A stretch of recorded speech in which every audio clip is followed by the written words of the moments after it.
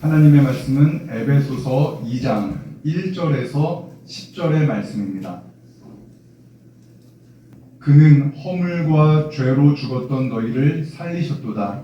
그때의 너희는 그 가운데서 행하여 이 세상 풍조를 따르고 공중의 권세 잡은 자를 따랐으니 곧 지금 불순종의 아들들 가운데서 역사하는 영이라.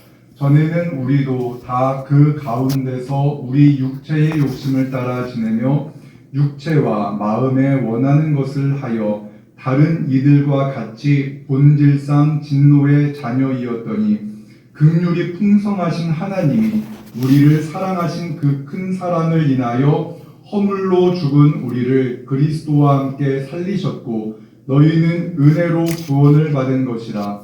또 함께 일으키사 그리스도 예수 안에서 함께 하늘에 앉히시니 이는 그리스도 예수 안에서 우리에게 자비하심으로써 그 은혜의 지극히 풍성함을 오는 여러 세대에 나타내려 하심이라. 너희는 그 은혜에 의하여 믿음으로 말미암아 구원을 받았으니 이것은 너희에게서 난 것이 아니요 하나님의 선물이라. 행위에서 난 것이 아니니 이는 누구든지 자랑하지 못하게 함이라. 우리는 그가 만드신 바라 그리스도 예수 안에서 선한 일을 위하여 지으심을 받은 자니 이 일은 하나님이 전에 예비하사 우리로 그 가운데서 행하게 하려 하심이니라. 아멘.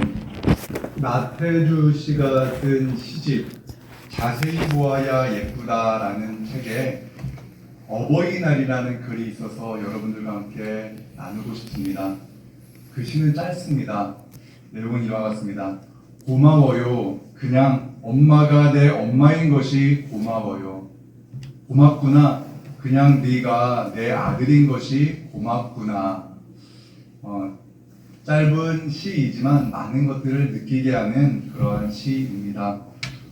우리 부모님은 우리를 있는 모습 그대로 사랑해 주시는 분입니다. 또한 자녀들 역시 부모님을 있는 모습 그대로 존중하고 사랑하는 그러한 존재입니다. 형제자매도 그렇습니다. 내 형, 내 동생, 내 오빠, 언니 모두가 있는 모습 그대로, 물론 싸우기도 많이 싸우지만 있는 모습 그대로 사랑해 줄 수 있는 그 유일한 공동체가 바로 가족이 아닌가 싶습니다. 특별히 오늘은 우리에게 아름다운 새로운 가족, 진지동교회를 허락하신 하나님께 감사하는 오늘 하루가 되기를 주님의 이름으로 축원합니다. 누구에게나 한 가지, 두 가지 정도쯤은 감추고 싶은 일이 있습니다. 이것은 아무도 몰랐으면 좋겠어라는 그러한 부끄러운 과거가 있을 수 있습니다. 그런데 누군가가 그 나의 감추고 싶은 과거를 들추어내서 폭로한다면 어떤 마음이 들겠습니까? 상당히 부담스럽고 상당히 불쾌할 수 있습니다. 오늘 본문은 바로 그러한 말씀으로 시작되고 있습니다. 에베소 교회 성도들을 향해서 너희들은 이러한 존재였어 라고 이렇게 말을 하는데, 에베소서 2장 1절과 2절의 말씀 새번역 성경으로 우리 함께 같이 읽겠습니다. 여러분도 전에는 허물과 죄로 죽었던 사람들입니다. 그때의 여러분은 허물과 죄 가운데서 이 세상의 풍조를 따라 살고 공중 권세를 잡은 통치자 곧 지금 불순종의 자식들 가운데서 작용하는 영을 따라 살았습니다. 아멘. 에베소 교회 성도들이 이전에, 그러니까 허물과 죄로 인해 죽었던 사람이었다라고 말을 합니다. 죽었다, 너희들이 죽었던 존재야 라는 말을 하는데, 죽음이라는 존재가 무엇을 말합니까? 죽은 사람은 아무것도 할 수 없습니다. 들을 수도 없고 말할 수도 없습니다. 먹지도 못하고 걷지도 못합니다. 그러한 존재였다는 겁니다. 에베소 교회 성도들, 여러분이 그러한 죽은 존재였습니다 라고 말하는데, 여기서 죽었다는 것은 영적 죽음을 말합니다. 영적으로 죽은 사람은 하나님과 관계가 없는 사람입니다. 하나님을 모른 채 살아가는 모든 사람들이 영적으로 죽은 사람입니다. 하나님의 말씀이 들리지 않습니다. 하나님의 존재를 부정합니다. 다만 이 세상의 풍조를 따라서 살아갑니다. 하나님의 존재를 부정하는 거죠. 사람들이 이것이 좋다라고 하면 그것을 가지고 싶어서 마음이 들끓습니다. 뜨거워집니다. 그것을 가져야 돼라는 욕심에 사로잡혀서 그것을 얻고자 노력을 합니다. 그리고 다른 사람들이 이것이 중요해라고 말하면 그것을 내려놓고 또 새로운 그것을 찾고 얻으려고 노력을 합니다. 다른 사람의 이야기가 아니라 제가 그랬었습니다. 저는 초등학교 시절에 구슬치기에 목숨을 걸었습니다. 구슬치기를 잘하려고 아주 열심히 했습니다. 동네에 있는 구슬을 내가 다 소유하겠다라는 그러한 마음을 가지고 있는데 중학생이 되니까 그 구슬이 아무런 의미가 없어서 다 줘버렸습니다.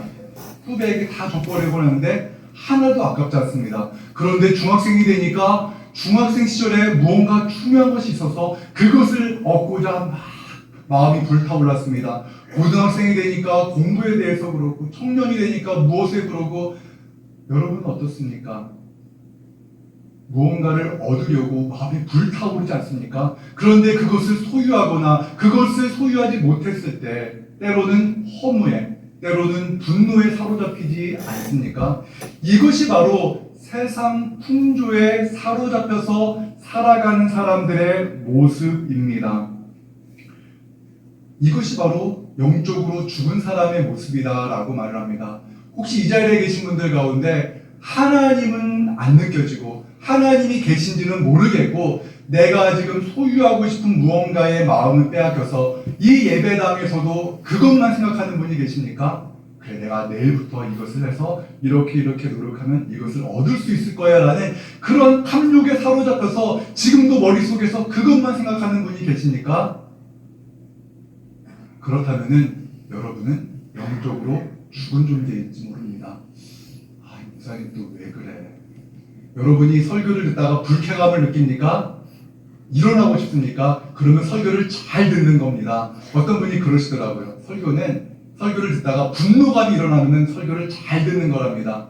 답답한 마음이 들고 나를 가리켜 하는 말이다라고 느껴지면 설교를 잘 듣고 계신 분이다라는 것을 기억하십시오. 그런데 여러분, 이것은 우리 모두의 모습이었습니다.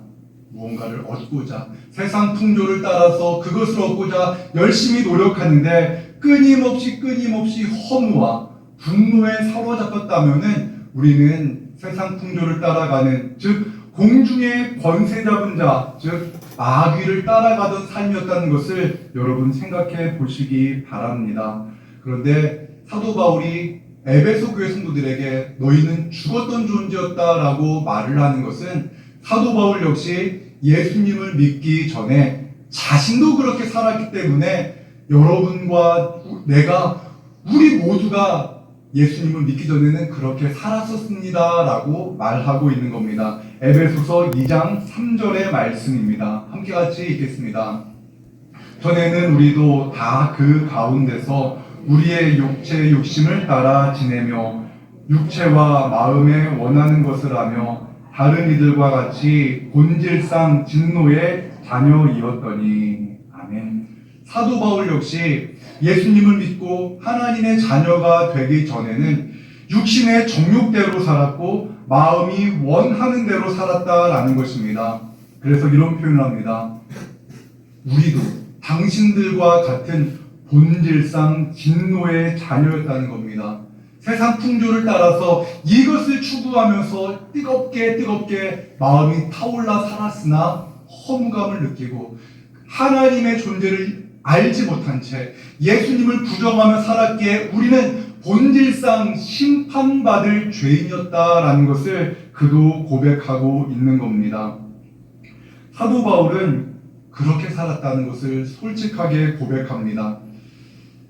기독교회에서 가장 영향력 있는 인물 중 한 사람인 아우구스티누스라는 사람이 있습니다. 그가 쓴 고백록에는요, 그가 젊은 시절, 그러니까 예수님을 믿기 전 그가 세상 정욕에 사로잡혀서 세상 풍조를 따라 살았던 그의 모습을 고백한 글들이 나옵니다. 그는 굉장히 영향력이 큰 사람이었습니다. 그의 글은 너무나 많은 사람들이 읽었고 그 글로 인해서 사람들이 회심하는 그러한 일들도 있었는데 그가 자신의 젊은 시절의 부끄러운 모습들을 다 고백합니다.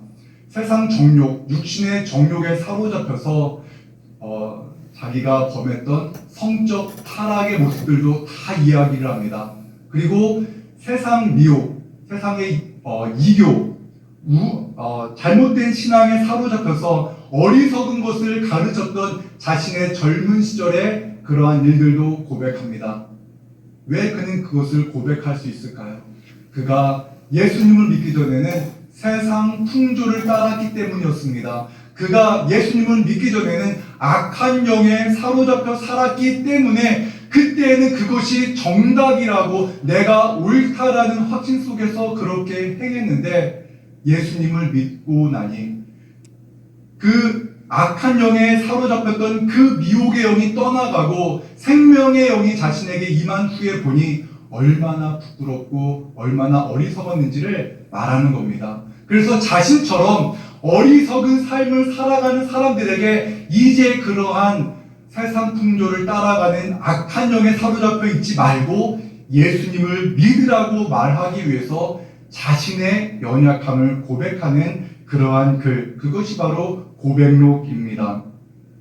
우리는 하나님의 은혜가 아니면 우리는 절대로 그러한 악한 영에서 벗어날 수가 없습니다.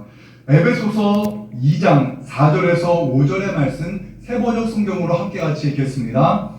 그러나 하나님은 자비가 넘치시는 분이셔서 우리를 사랑하신 그 크신 사랑으로 말미암아 범죄로 죽은 우리를 그리스도와 함께 살려주셨습니다. 여러분은 은혜로 구원을 얻었습니다. 아멘. 여러분, 이지선 씨라는 분 이야기 들어보셨습니까? 그분은 대학교 시절에 음주운전을 하는 그 운전자에 의해서 사고를 당해서 전신, 몸의 55%가 화상을 입어서 수십 차례의 수술을 받았습니다. 화상으로 인해서 손가락 8개를 자르고 엄지, 그런데 그분이 꽤 괜찮은 해피엔딩이라는 책에서 자신은 사고와 이별을 했다라는 말을 합니다. 그는 그 책에서 이렇게 말을 합니다. 그날 밤의 사고는 길을 가다 모르는 사람과 어깨를 부딪힌 일과 비슷하다는 생각이 들었습니다. 예상치 못해서 피할 수 없었고 반갑지도 유쾌하지도 않은 일이었지만 내 어깨를 치고 간 사람의 뒤통수를 잠시 째려보고 옷 매무새를 가다듬으며 툭툭 털고 다시 가던 길을 가는 사람처럼 나와 그 사고는 그렇게 부딪혀 만났지만 툭툭 털고 헤어졌습니다. 나는 그 다음 나의 시간을 살기 시작했습니다. 나는 사고와 잘 헤어진 사람입니다. 이렇게 글을 썼습니다. 이지선 씨는 정말 많은 수술을 받았고 외모도 예전과 같지 않습니다. 하지만 그가 다시 공부를 해서 미국에서 학위를 받은 후에 현재 이화여자대학교에서 교편을 잡고 있습니다. 많은 사람들이 이지선 씨에게 이러한 질문을 던집니다. 이지선 씨, 혹시 사고를 당하기 전날 그 전으로 돌아갈 수만 있다면 다시 돌아가겠습니까? 그 말에 망설임 없이 저는 다시 돌아가고 싶지 않습니다 라고 이렇게 이야기를 하며 저는 지금이 더 만족스럽고 더 행복합니다 라고 말을 합니다. 왜 그랬을까요? 사고가 있기 전에, 그러니까 대학생 시절에 건강한 육신으로 살아갈 때는 세상 풍조를 따라가던 그러한 삶이었던 겁니다. 그냥 인생의 목적을 위해서 하나님을 알지 못한 채 그렇게 살아가던 그 인생, 그러한 인생이었는데 그 끔찍한 사고를 통해서 하나님을 만나게 되었고 더 이상 세상 풍조를 따르지 않고 하나님을 만남으로 새로운 삶을 살게 되었기 때문에 그는 그 과거로 돌아가지 않겠다라고 말을 하는 겁니다.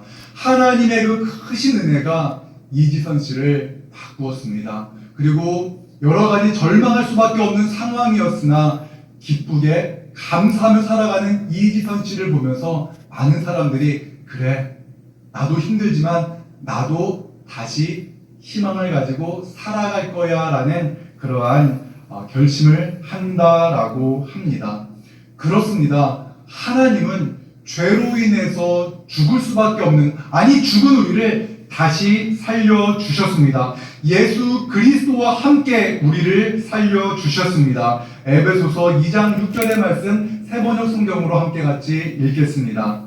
하나님께서 그리스도 예수 안에서 우리를 그분과 함께 살리시고 하늘에 앉게 하셨습니다. 아멘. 아우구스티누스가 자신의 부끄러운 과거를 부끄러워하지 않는 것은 지금 그가 하나님 안에서, 은혜 안에서 살기 때문입니다. 영적으로 죽어 세상 풍조를 따르던 그를 살려주셨기 때문에 그는 과거를 부끄러워하지 않습니다. 만약 그가 여전히 육신의 정욕에 사로잡혀서 세상 풍조를 따라가고 있다면 자신의 과거를 부끄러워할 것입니다.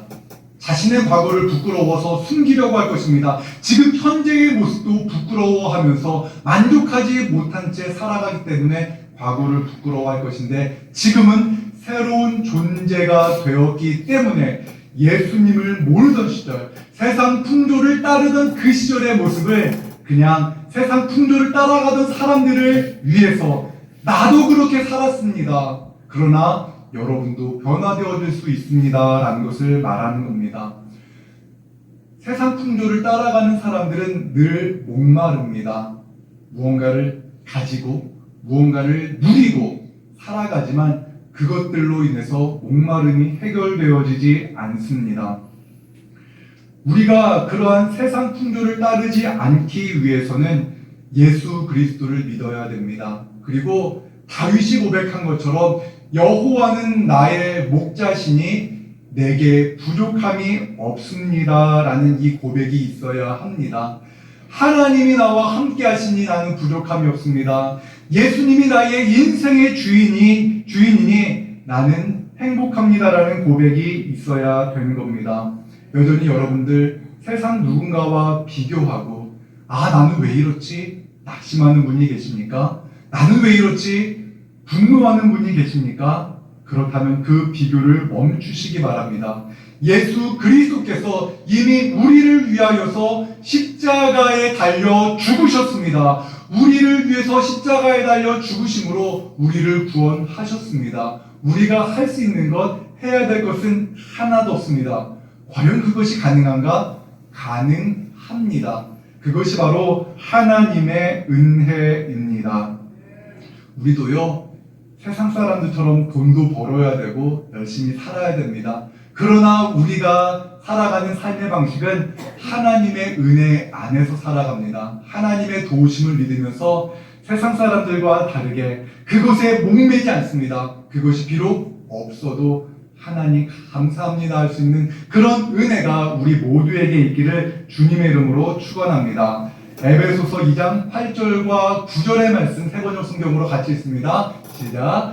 여러분은 믿음을 통하여 은혜로 구원을 얻었습니다. 이것은 여러분에게서 난 것이 아니요 하나님의 선물입니다. 행위에서 난 것이 아닙니다. 그러므로 아무도 자랑할 수 없습니다. 아멘. 우리가 예수님을 믿고 구원받았습니다. 이것이 바로 하나님의 은혜입니다. 내가 예수님을 믿었기 때문이 아니라 하나님께서 은혜를 베풀어 주신 것을 내가 믿었기 때문입니다. 우리가 구원을 얻기 위해서 할 수 있는 일 아무것도 없습니다. 이미 예수님께서 다 이루어 주셨습니다. 하나님께서 나를 위해 독생자를 보내셨고 그 독생자를 십자가에 달려 죽이셨습니다. 누구를 위한 사랑입니까? 나를 위한 사랑입니다. 나 한 사람을 위한 그 사랑을 위해서 하나님은 가장 사랑하는 독생자를 아낌없이 보내주셨습니다. 우리 입장에서는 공짜이고 은혜이지만 하나님께서는 모든 것을 우리를 위해 헌신하신 것입니다. 이것이 바로 하나님의 은혜입니다. 우리가 받은 은혜에 대해서 우리가 할 수 있는 것 단 한 가지입니다. 감사뿐입니다. 하나님 감사합니다 말하면 됩니다. 우리 한번 같이 한번 따라해 볼까요? 하나님 감사합니다. 감사합니다. 우리 함께 같이 에베소서 2장 10절의 말씀 세번역 성경으로 같이 읽겠습니다. 우리는 하나님의 작품입니다. 선한 일을 하게 하시려고 하나님께서 그리스도 예수 안에서 우리를 만드셨습니다. 하나님께서 이렇게 미리 준비하신 것은 우리가 선한 일을 하며 살아가게 하시려는 것입니다. 아멘. 여러분, 하나님의 작품을 여러분 보셨나요? 최근에 어떤 한 분께서 아주 유명한 작품을 보고 오셨는데 참 그 예매권을 예매하는 것이 참 힘들었답니다. 위대한 예술가의 작품을 보는 것이 참 힘든데 우리는 하나님의 작품을 볼 수가 있습니다. 좌우를 보십시오. 좌우를 보시면 하나님의 작품이 보이지 않습니까? 여러분 표정 관리 잘 하셔야 됩니다. 여러분이 바로 하나님의 작품이라고 오늘 성경은 말씀합니다. 하지만 하나님께서 우리를 이렇게 작품으로 만드신 것은요, 이유가 있다고 말씀하시는 겁니다.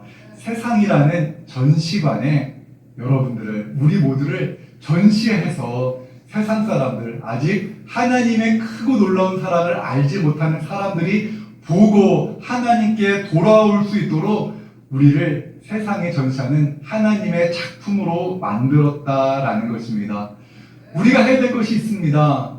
우리가 하나님의 작품으로 써야 될 것이 무엇인지 아십니까? 내가 하나님의 작품이라는 것을 먼저 인정하는 것에서 시작됩니다. 이 자리에 계신 분들 가운데는 나는 못났어, 나는 볼품없어 라고 말하는데 그런 생각하지 마십시오. 여러분은 바로 하나님의 작품입니다. 어떤 사람은요, 그런 분이 계실지도 몰라요. 하나님이 이렇게 스케치를 이렇게 선 하나 착 그린 상황에 있는 사람일 수 있어요. 어떤 사람은 스케치를 끝나고 이제 색칠을 해야지 하는 그러한 분일지도 모릅니다. 아니면 이 자리에 계신 분들 가운데 아직 예수님을 믿지 않는 그런 분들이 계시다면은 그 죄악으로 얼룩진 그 그림을 예수님의 보혈의 피로 깨끗하게 씻어야 될 그러한 과정 중에 있는 분도 계실지 몰라요. 그러나 분명한 것은 여러분 모두가, 우리 모두가 하나님의 작품이라는 것을 기억하시기 바랍니다. 우리가 하나님의 작품으로서 해야 될 첫 번째는 나를 사랑하는 겁니다. 그리고 또 다른 하나님의 작품을 존중하는 겁니다. 넌 왜 이 모양이야 라고 생각하는 것이 아니라, 너는 왜 그래 라고 말하는 것이 아니라 그를 하나님의 작품으로 감격하는 거예요. 감탄하는 겁니다. 우리 한번 연습해 볼까요? 우와! 한번 해볼까요? 옆에 보면서 우와! 우와! 네. 짓궂게 옆에 있는 분한테 계속 그래서 죄송합니다. 그런데 여러분, 감탄이 참 중요합니다. 이야, 너 대단하다. 너 참 좋다. 너 멋지다. 라고 여러분들의 자녀에게 감탄해 주십시오. 하나님의 작품이기 때문에 그렇습니다. 여러분의 죄성은 이 못된 놈이라는 말이 마음속에 있을지 모릅니다. 그러나 성령이 우리와 함께 하시면 우와, 멋지다라는 마음이 들 것입니다. 그렇기 때문에 마음에 여러분의 악함이 있다 할지라도 말로는 하나님의 사랑을 나타내십시오. 우와, 너무나 멋지다. 당신은 최고야 라고 말하는 우리 모두가 되기를 원합니다. 우리가 기억해야 될 것은 이것입니다. 또한 우리는 하나님의 완성품이 아니라는 겁니다. 여전히 만들어지고 있는 작품이에요. 아직 미완성의 작품입니다. 그렇기 때문에 기다려 주어야 됩니다. 기다려주고 또한 존중해주고 그 하나님께서 어루만져 주실 때 얼마나 멋지게 변화되어질까를 기다려주는 우리 모두가 되기를 원합니다. 사랑하는 여러분, 우리가 여전히 세상 풍조를 따라가는 사람들과 살아가기 때문에 우리도 때때로 세상 풍조를 따라가고 싶은 마음이 불쑥불쑥 일어날 수 있습니다. 그래서 넘어질 수도 있습니다. 때때로 하나님을 부정하며 그렇게 내 욕심대로 살아가고 싶을 때가 있을 수 있습니다. 그래서 사도 바울은 말을 합니다. 진리의 검을 가져라. 악한 영을 대적하라고 말씀합니다. 그리고 우리 하나님이 우리와 함께 하심을 믿으며 우리가 날마다 주님과 동행하는 하나님의 의로운 오른손 붙잡고 하나님의 걸작품으로 매일매일 살아내는 우리 모두가 되기를 주님의 이름으로 축원합니다. 사랑과 은혜 하나님 아버지 감사합니다. 이제는 주님 안에서 거하게 하여 주시옵소서. 세상 풍조를 따르며 살아갔으나 그 안에 만족함이 없었고 두려움과 낙심과 분노뿐이었습니다. 이제 우리의 옛 모습을 버리고 주님 따라 살고 싶습니다. 약하고 연약한 우리를 불쌍히 여겨 주시옵소서. 주님 안에 거하게 하시고 모든 것이 이미 예수 그리스도 안에서 선물로 주어졌음을 믿으며 우리를 위해서 십자가에 달려 죽으시고 부활하신 예수님을 믿으며 하나님의 자녀로 살아가게 하여 주시옵소서. 예수님의 이름으로 기도합니다. 아멘.